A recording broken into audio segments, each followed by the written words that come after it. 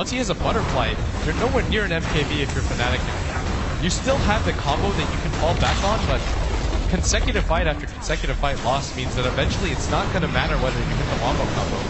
Now the incredibly effective support item Solar Crest is being placed on God. There's no chance there's going to be an MKB anytime soon. Out of Fnatic, the charge comes in, KYXY. Just bumped back by a Fisher. He still does not have his reincarnation for a full minute. That's why Illidan feels pretty much no danger in pushing forward into this melee Rax.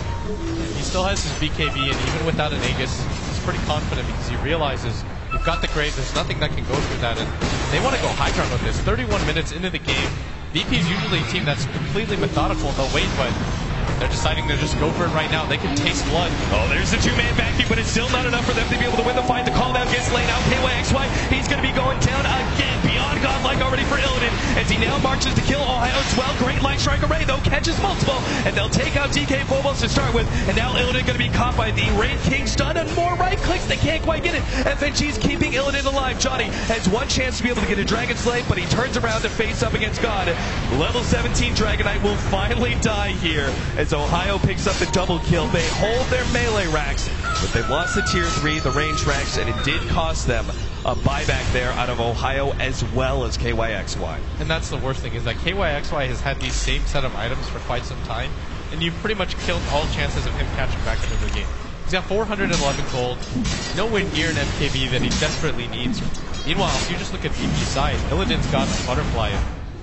I mean, I don't mean to be negative on Fnatic's chances, but at a certain point, there are just items that you can't really beat with what you have. And Fnatic are rapidly approaching that point.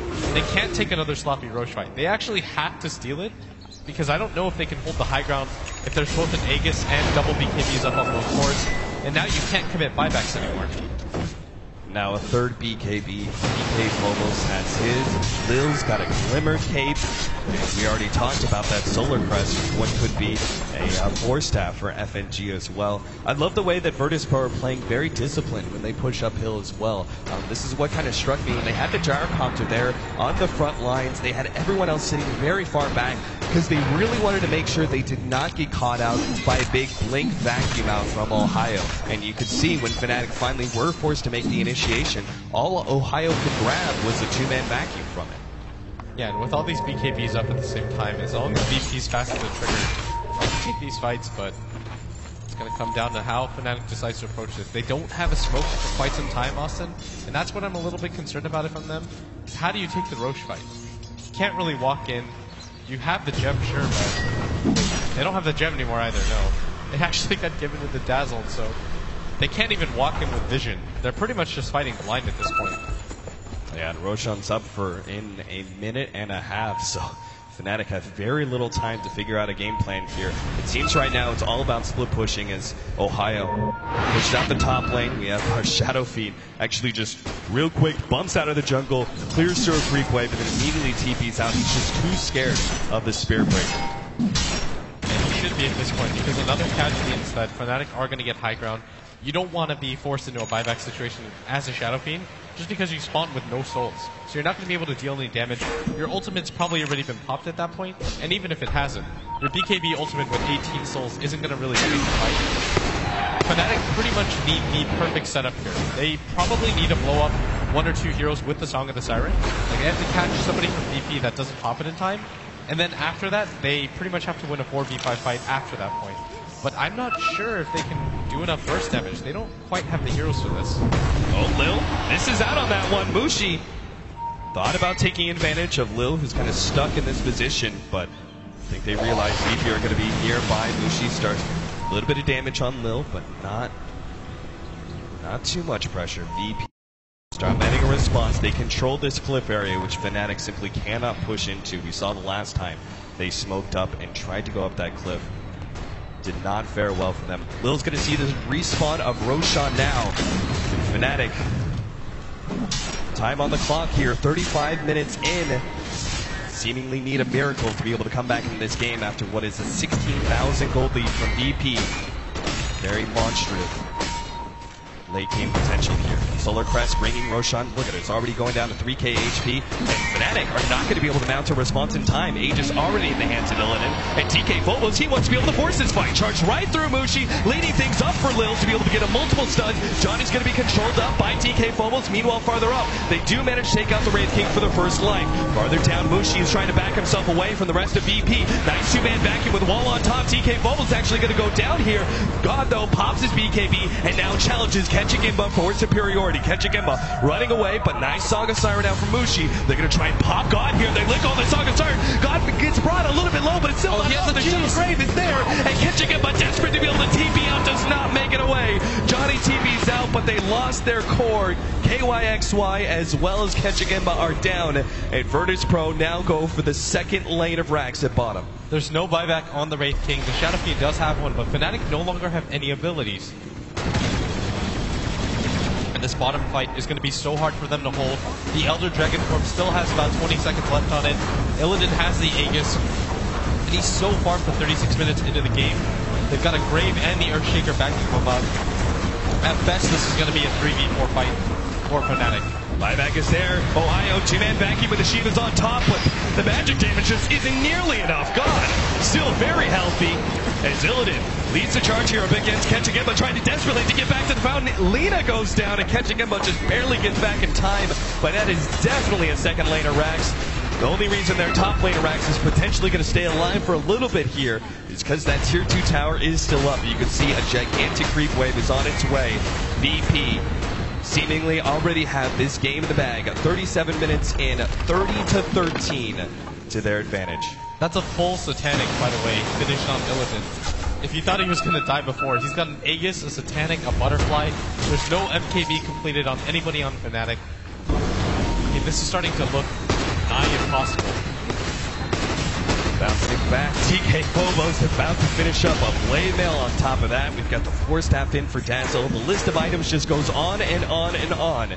For everyone that's picked up, Fnatic's chances in this game get a little bit slimmer. Illidan on the front lines here for this tier 3 tower. The last laner Rax. This is do or die for Fnatic. Mushi is in an interesting position here. Gets caught out by Illidan. BKB activated. Mushi is already down and out. KYXY, he's going to go down as well. He does not have a buyback. The Blink Dagger picked up from Ketchigimba, but he may not have the opportunity to use it. A nice vacuum into the wall, but the ultimate just doesn't seem to do anything. Ketchigimba gets torn apart like paper. Ohio's next up, and there it is. GG, Fnatic call it. Their opportunities here at the International come to a close as Virtus Pro take them out in this best-of-1 elimination match. What a dominant performance by Virtus Pro. They don't even look phased. They're not even really, I'm sure they're happy, but it doesn't even look like that bothered them. They're like, we expected to go there, be clinical, take them apart, and that's exactly what they did. An absolutely dominant performance for them, surrendering just 14 kills in 38 minutes. Fantastic play by Virtus Pro. Congratulations to them to moving on to the top 12.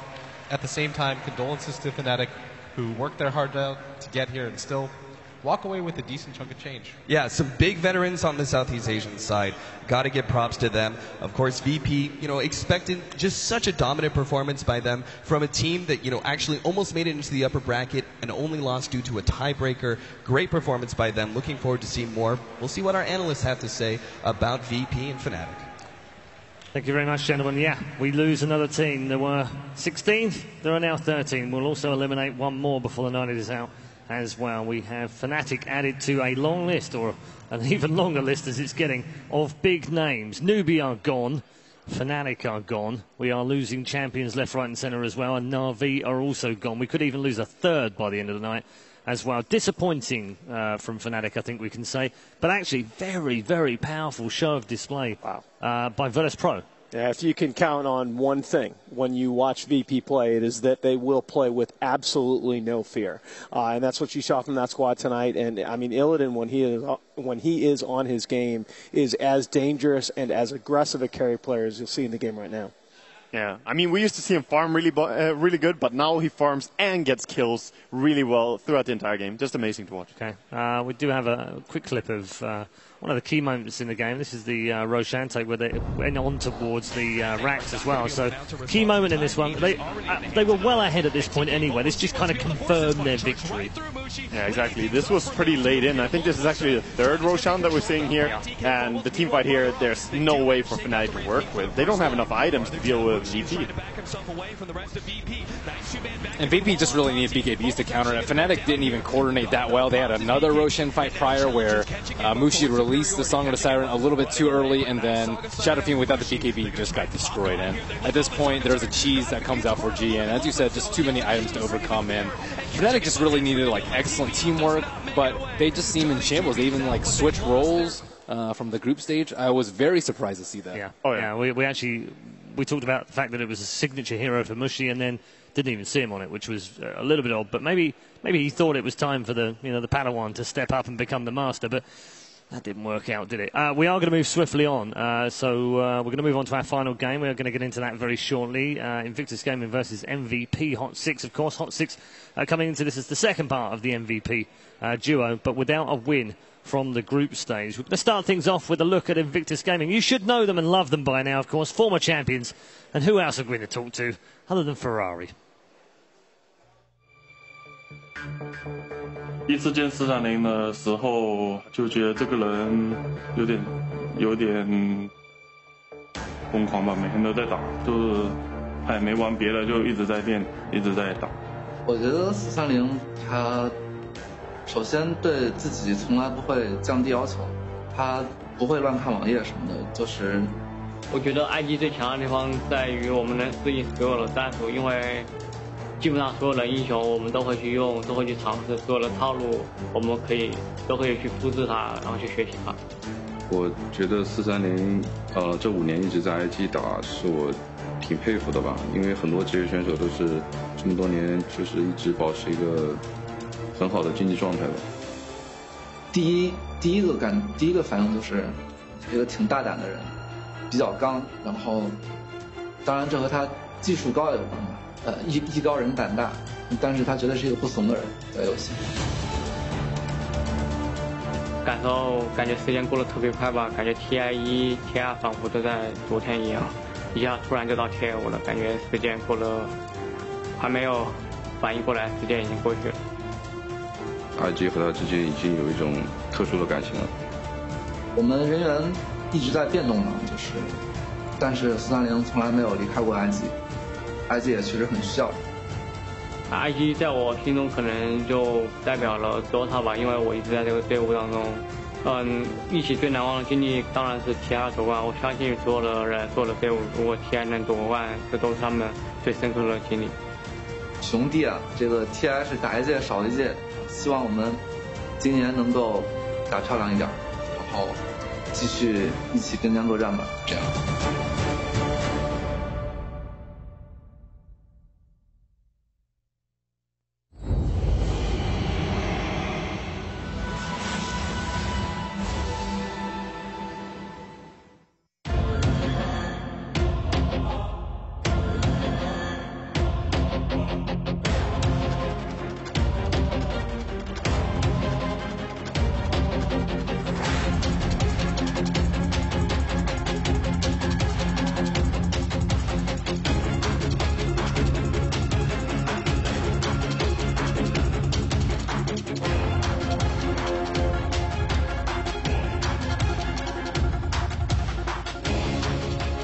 There we are then, the franchise known as Invictus Gaming, IG, former champions of course at the International. Ferrari of course hunting that second one as well. They do have a tall order against them to get through the lower bracket and all the way to the grand final. It starts right now here in the lower bracket, best of one, and they go head to head with a dangerous team. And although they're a dangerous team, they've yet to show their true colours here at TI5. Without a win from the group stages, but their captain